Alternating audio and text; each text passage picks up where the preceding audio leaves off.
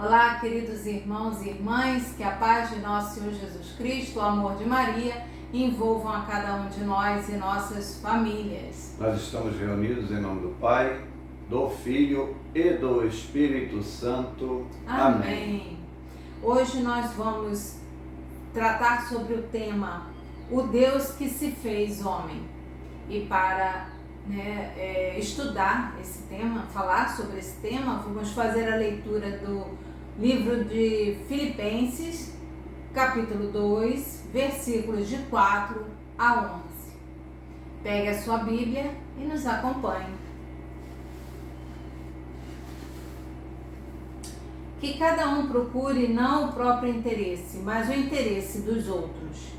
Tenham em vocês os mesmos sentimentos que havia em Jesus Cristo. Ele tinha condição divina, mas não se apegou à sua igualdade com Deus. Pelo contrário, esvaziou-se a si mesmo, assumindo a condição de servo e tornando-se semelhante aos homens. Assim, apresentando-se como simples homem, humilhou-se a si mesmo, tornando-se obediente até a morte e morte de cruz.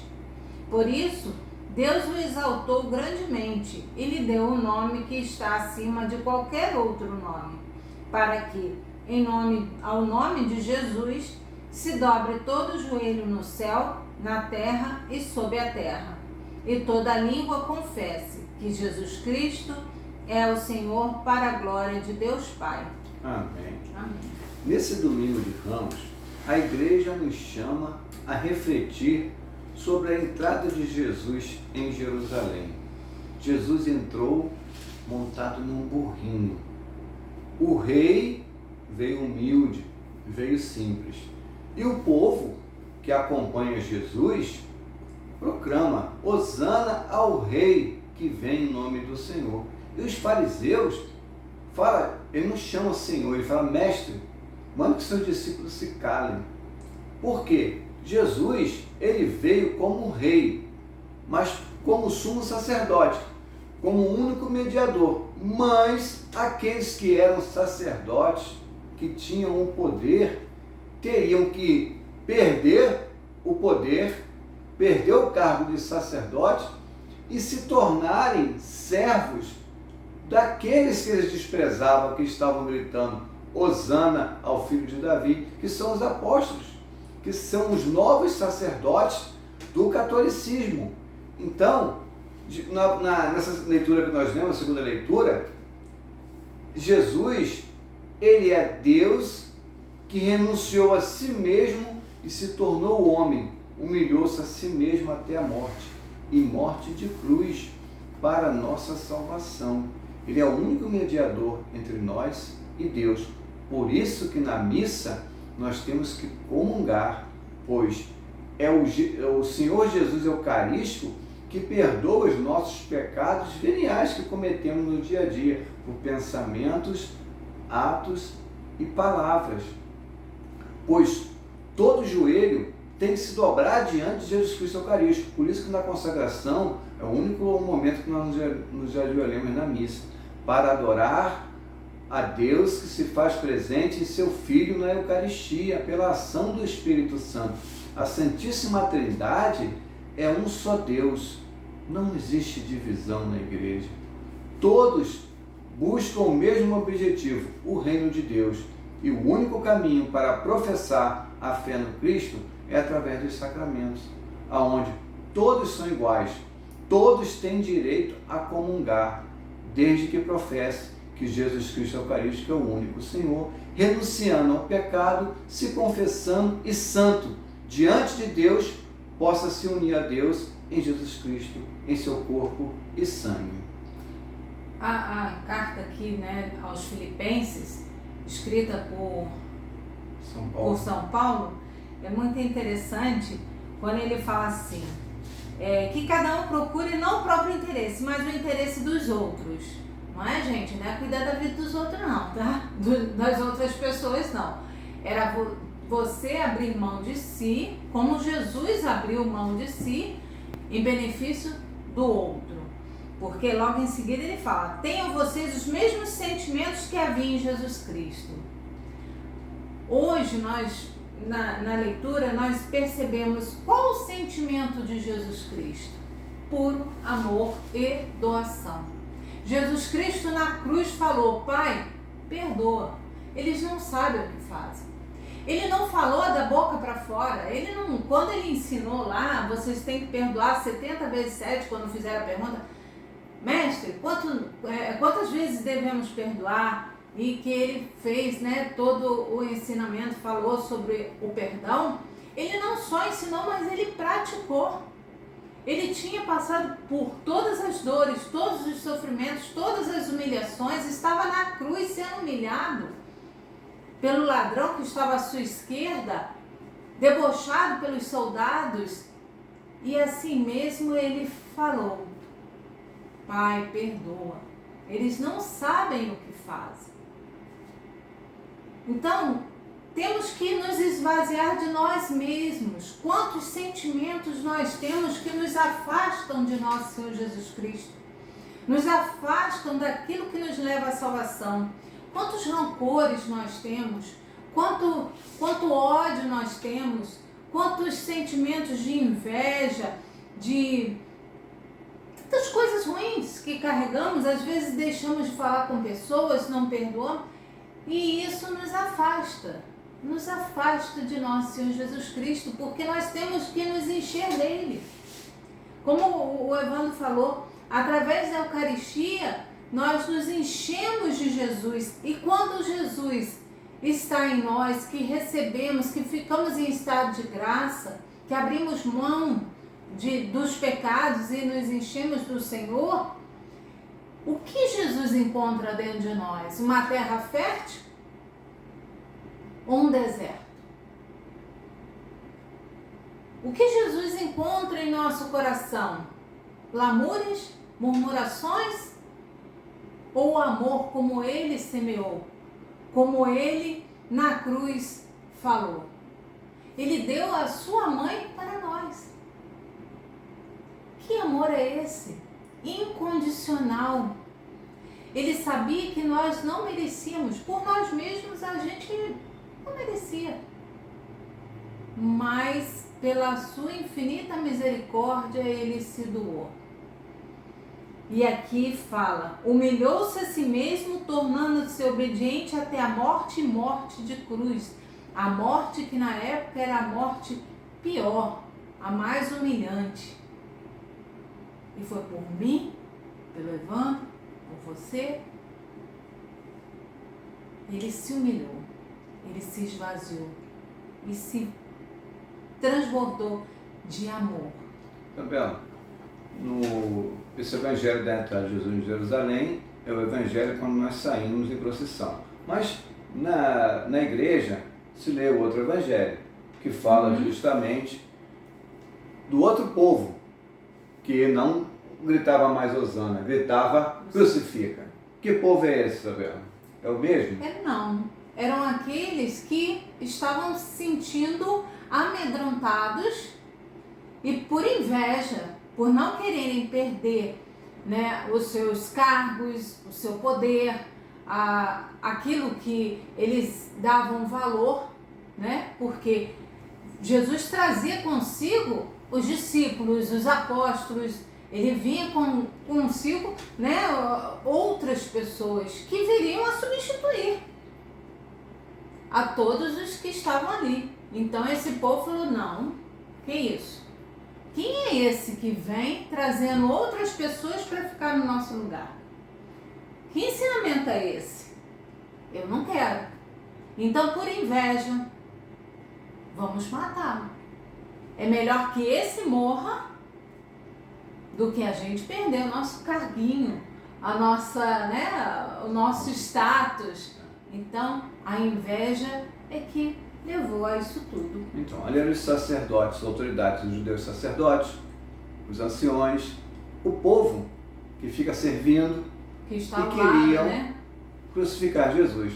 E quem inocentou Jesus? Pilatos, um pagão romano, Herodes, um rei traidor de Deus, porque não seguia às ordens de Deus, né? Os reis de Israel, muitos foram os piores inimigos de Deus, né? Se perderam. Chegaram a ter rei e sacrificar o próprio filho para poder se manter no poder. Reis nomeados por Deus. Então, as pessoas más inocentaram Jesus, mas se uniram, antes eram inimigas e viraram amigos, porque muitos se unem quando vê Cristo morrer. A igreja, muitas vezes, ela passou por tribulações, igual o povo judeu. No Antigo Testamento, Deus se irava e deportava o povo, destruía o templo e mandava eles como escravos. Em Cristo, que é a nova e eterna aliança, se faz ao contrário. Aquele povo que odeia a Cristo, que está na igreja apenas como piolho, né? Se atravessando entre o povo que quer adorar a Deus na Eucaristia, né? E Deus, esses, Jesus fala que é o joio. E a igreja, Deus, ao invés de punir a sua igreja, ele tira o joio. Ele expulsa da igreja aqueles que não vivem conforme a doutrina católica dos apóstolos. Por isso a igreja se reuniu desde o começo.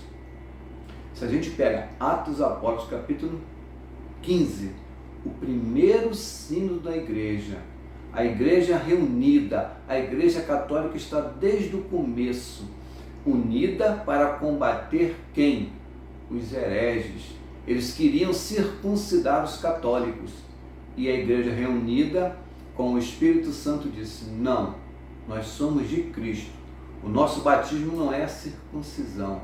O nosso batismo é em nome de Jesus.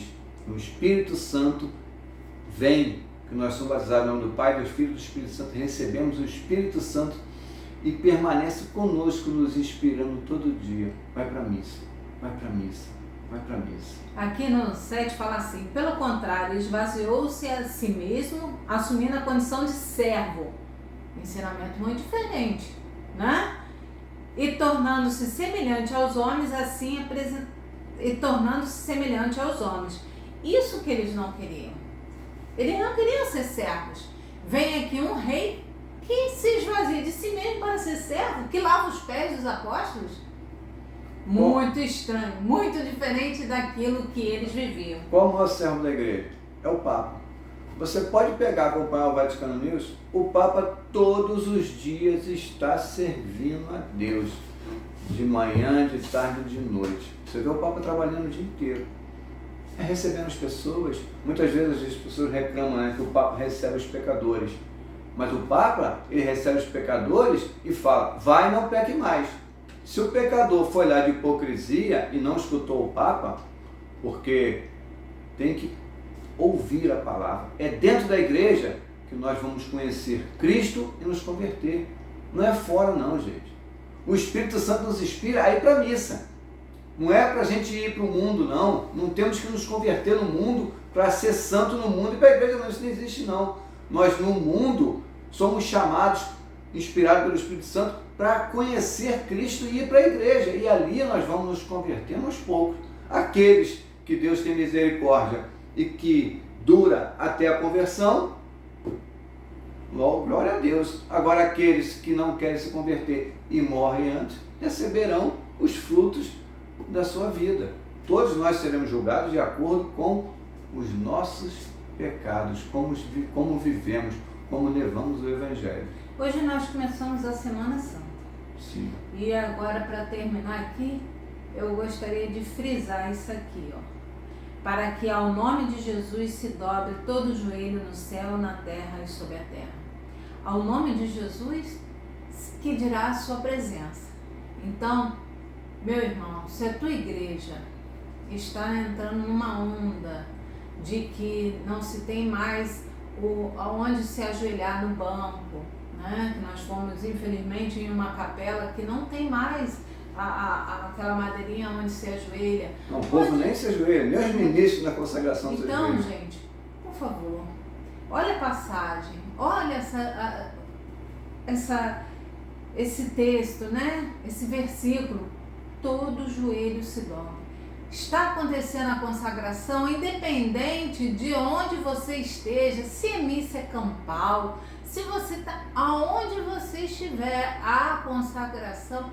Se você tem condições de se ajoelhar, ajoelhe-se. Ajoelhe-se.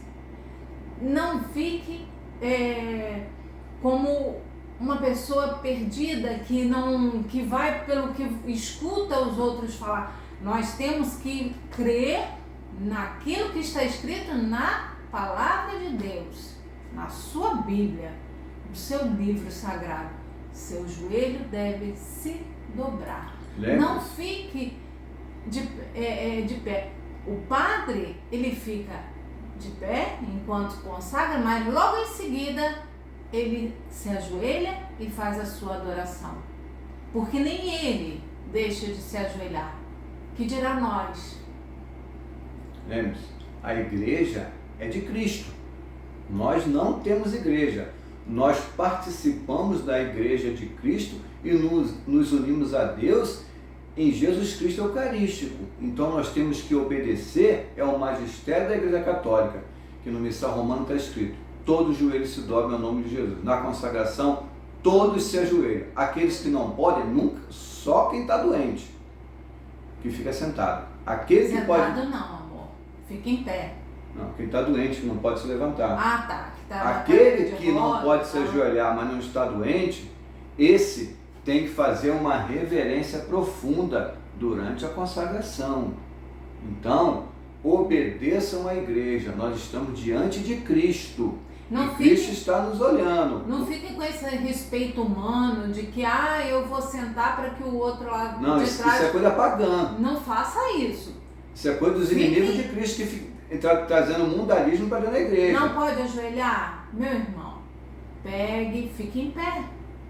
E a hora que Jesus for levantado pelo sacerdote, tanto na espécie do pão como do vinho, na hora da consagração, faça uma reverência profunda em respeito, porque você não pode se ajoelhar, mas você pode se dobrar.